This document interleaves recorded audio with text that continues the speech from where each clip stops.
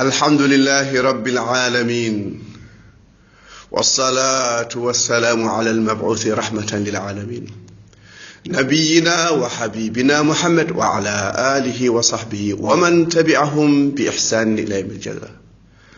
bandiraɓe julɓe tedduɓe moƴƴuɓe horsuɓe on calminama on durama on ƴamanama hoto ƴam e korka hoto ƴam e julde cikkani yuttan taw yoɗan taw ko meeso waɗi taw wona sukkudu mum cukalel ne yaha tan cikka ko neɗɗo ndeke fof koko monta ko chinois woni noon taw wona jontaɗo henam putteɗa on ƴamanama on duwanama hoto mo yaadi hen jomiraɗo subahana taala farle men korka haw yurmo en o nanni aljanna o yaafo bakkar lewru arsuko lewru jurum lewru taqwa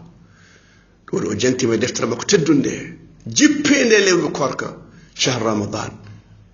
yewti ɗum ko alquran karim ɗum jewto mon ousmane jammalik ba o handane joɗade omo haalday waɓene mon tedduɗe ni ko noon ko karantagal guiɗama mo jiɗɗa o jettini hayso ko konngol goto mbawɗa yettin aya goto hadis goto yettin hoto yaw haydara ne wawi wontama baraji kewɗiey nam julɗo naftoro hen walla beltina julɗo mosna julɗo welto rutto e Allah daña hen baraji korka jibinta ko taqwa juulo jibinta kulal Allah asakal ene laɓɓina jawdi aljuma bakkar yaafe korka bakkar yaafe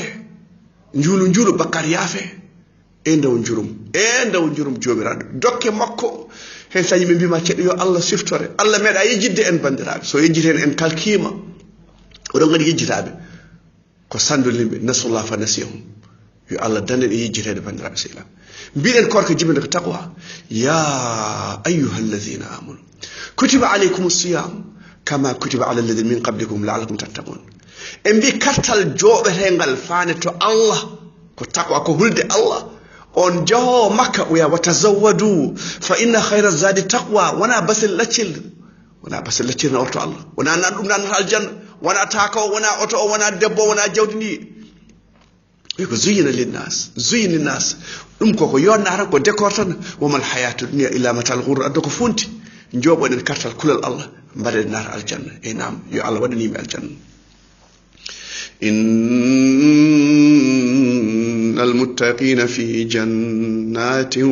wa nahar joom aljanna em jogui calli kange calli kalis calli kosam calli sangar calli ndiyam ufara e nam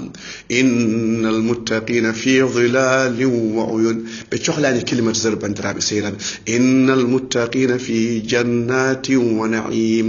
inna lil muttaqina mafaza kamɓe woni gañiɓe ala innal khasirin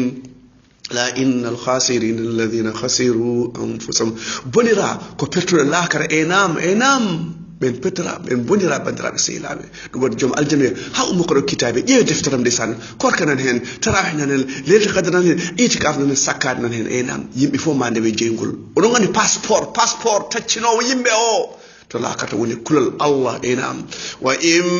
minkum illa wariduha kana ala rabbika hatman maqdiya thumma nunajji alladhina taqaw wa nadharu adh-dhalimina fiha jathiya men shirkinɓe ɓe buncino e jeygol bandiraɓe sehilaɓe yo addana en jeygol ceerno ousmane horo mo yaadi hen heddi ko julde hankkadi bandiraɓe sehilaɓe oɗon gandi ko guiɗo ma wi mo jiɗɗa wi sallallah alih w sallam o wi tahadu wa tahabu dokkodire kaduji jiɗɗidiron ay on mo gañgu woni hakkude mon wallahi sa rokkimo tan o wonta guiɗo ma enam o wonta guiɗo ma o yiɗma koddiɗo ma o ɓiyuma ɓi bamma julde ari belta e joom suudu ma woni yimɓe hewmi mi haaldata e madame o haaldata o leldotaka em leesono ko les o leldoto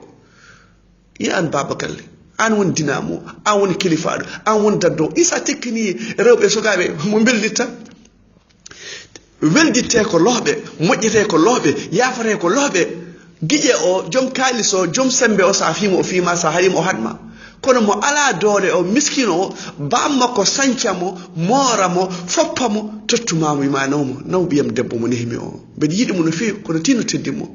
teddinta debbo tan ko teddiɗo hoyna ɗum ko koyɗo debbo woni yummiraɗo kanko woni taniraɗo kanko woni joom suudu kanko woni bandiraɗo debbo aɗa yiɗi bandi debbo hoyne a yiɗa ɗum mi yiɗa ɗum teddina bandiraɓe debbo neɗɗo bande debbo teddina yummum neɗɗo yumma teddine ñamle ko juɓel bandiraɓe sehilaɓe aynam kiɗoma mo jiɗɗa o almoustapha ñande wolde huneyni bandiraɓe sehilaɓe nden heferɓe hawsan poolama o sadi poolama julɓe natɓe julɓe islam hesɓe ɓe ha ɓerɗe maɓɓe jokko e diine ɓe naata e diine nelaɗo rokkiɓe goto fof temedere ngeloɓe oɗon gandi hol mbaɗɗo ɗum e tarih sallallahu alayhi wa sallam mbiye sallallahu alayhi wa sallam o rokkiɓe goto fof temedere ngeloɓe capan jeyi ngeloɓe wodema mbiɗo mi ummima to dokkowo dokkal mo ganduɗa hulani wasa o naata islam sa yi mouhammed rokkuma ha heewa cangol ne heewi baali wodi mbiɗomo ya rasulallah ɗiɗo baali o yaɗiɗi ɓemo naw nde nelaɗo soki hokki julɓe hesɓe ansari en koɓe mettini ɓe mbi nelaɗo yi bandumen makkanaɓe tan o oppi en o rokki makkanaɓe o rokkani en nde nelaɗo nanti kaɗo haala o wi ansari en koɓe gaari mbaɗen batu hay goto naata en o wi son beelama mbiyon a riwama e leydi ma min kottuma a haɗam min dokkuma a riwam min molma son beelama mbiya noon nelaɗo on mi tawani on oɗon majji Allah andi noon oɗon ceedi Allah rendi noon o wiɓe on jiɗa neɗɗo nawa gueloɓel e beyel e baalel onon soɗon koota madina nawaron al moustapha sallah sallam ɓe mbi min jiiɗi min beela min belti ɓe goyi ha baahe mabɓe lemti bandira fo sababu ɓeeto nayi jawdi ɓeeto nayi gueloyel ɓeeto nayi farol kamɓe ɓe nayi al moustapha hodde mabɓe bandiraɓe se ɓe belti hen so Allah rokkima diine welto hen so Allah rokkima diine welto hen aynam ɗum waɗi kamɓe ansariyankoɓe ɓe kotti sahabaɓe muhajirina terɓe ɓe abdourahmane ibnu awf mo wonduno bandumo o wi abdourahmane ibnu awf o wimo mbeɗa jogui rewɓe ɗiɗo ƴeew hen ɓurɗo yodde mo ɓurɗa nobde mi seera ɗum so edde mum taƴi gasi desta ɗum o wi jawdam ko ujunaji temedere nda 50 mi nawa 50 ɓeɗo goni ɓe Allah manti wiye wa yu'thiruna ala anfusihim ko préférence julde ari neɗɗo kala ko rokkuma o haɗi ko hoore makko ɗum noon sa rokkama hoto yaw an dokkaɗo o anda dokkuɗomo o an aɗa jarnimo o ƴetta jawdi makko walla feccere o rokkuma jawa tawa anda ko rokkuma ko o oppi yummakko o oppi bammakko o oppi ɓiyiko o oppi mojide yumma e bam o rokkima an jawa hoto yaw ko dokkeɗa ko la ilaha illallah wi alhamdulillah mo yettata yimɓe yettata Allah ko dokkeɗa ko welto hen jetta dokkuɗomo o anda ko oppani hoore makko enam للفقراء المهاجرين الذين أخرجوا من ديارهم وأموالهم يبتغون فضلا من الله ورضوانا وينصرون الله ورسوله أولئك هم الصادقون والذين تبوأوا الدار والإيمان من قبلهم يحبون من هاجر إليهم ولا يجدون في صدورهم حاجة مما أوتوا ويؤثرون على أنفسهم ولو كان بهم خصاصة ومن يوق شح نفسه فأولئك هم المفلحون بيدو سبي الله بنغوبي مكة بنغوبي قلج بنغوبي جسد بنغوبي بالي بنغوبي gelodi sabu dandu diina mabbe be ngarto ansari en kobe be en kadi koy men kadi bibbu men kadi rew men dokki be hol sabu be don jide Allah be peri sabi Allah mi kottabi sabi Allah bandirabe sehilabe ena préférence ngara ngengen préférence dokkondiren kadoji jiddodiren e nam on don mo gango woni hakkude mun o fori wadi ko gido mani dalaada hada hoore mo rokka sahababe Abu Hurairah wi keydumi ha mbattum wadde junnir basil mbirtimi Umar namdi momi aya e Qur'an aya kaalo pour sadak mbala o nami galle makko o hirtinami onon goni Abu Hurairah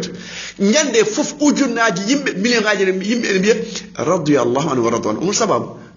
o liggani ba diine nyande fof en biya yo Allah wele makko Allah welama Abu Hurairah bandirabe sehilabe o wi keydumi ha mbattumi wadde junir basal Abu Bakr nawali Umar nawali mi galle hirtinami non be ngala nelaadi witti kam ya Abahir bima labbayka ya rasulullah o yi arnje hen nelaado nemo galle mum jamma nelaado wiɓe bandiraɓe eɗen jogui hirande ndeysan sallallahu alayhi wa sallam ɓe mbi aha a neldama ɓerdugal kosam nanɗo en eynam Abu Hurairah wi cikkanom ko nelaɗo yara tan ha haara tan minde mi yara o wi nelaɗo mi ya Abu Hurairah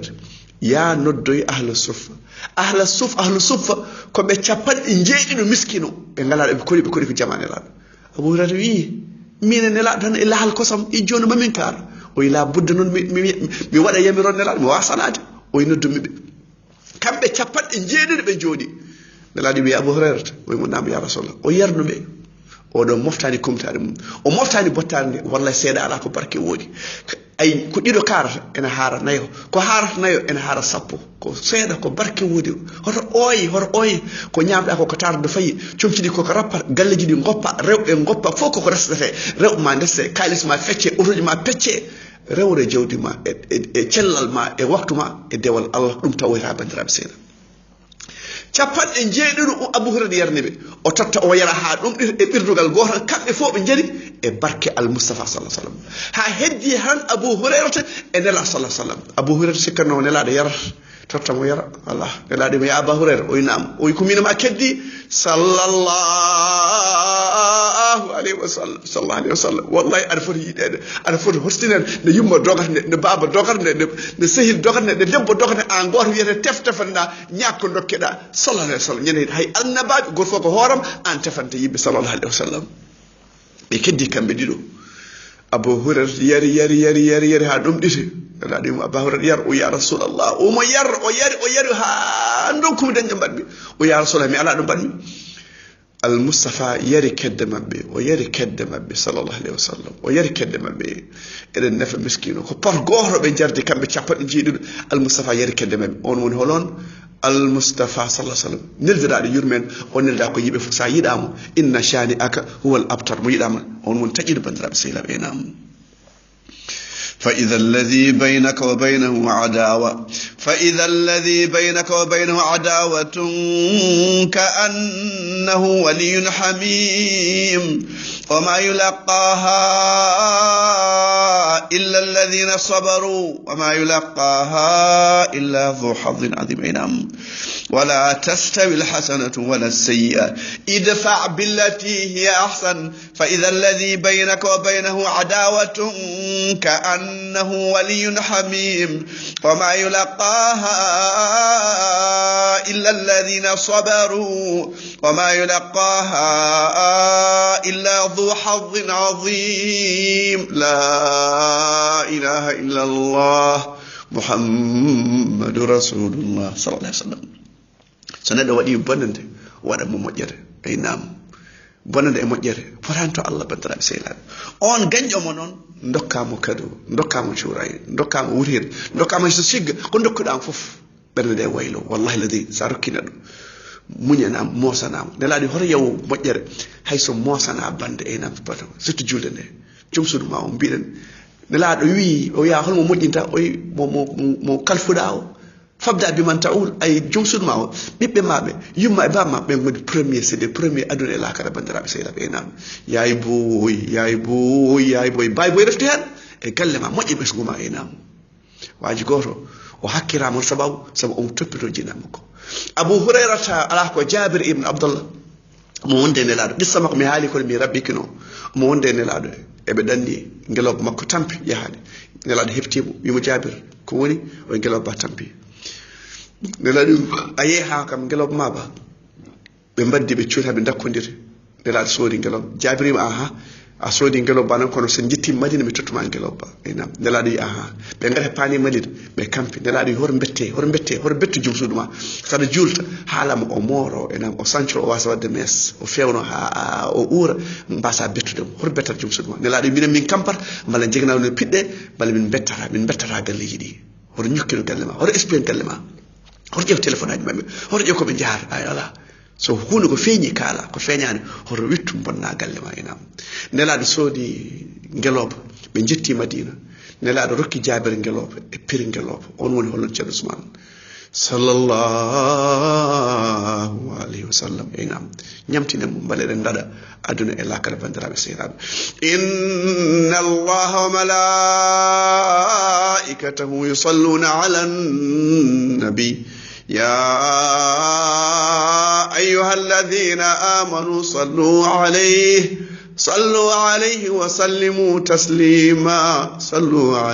وسلموا تسليما اللهم صل على محمد وعلى آل محمد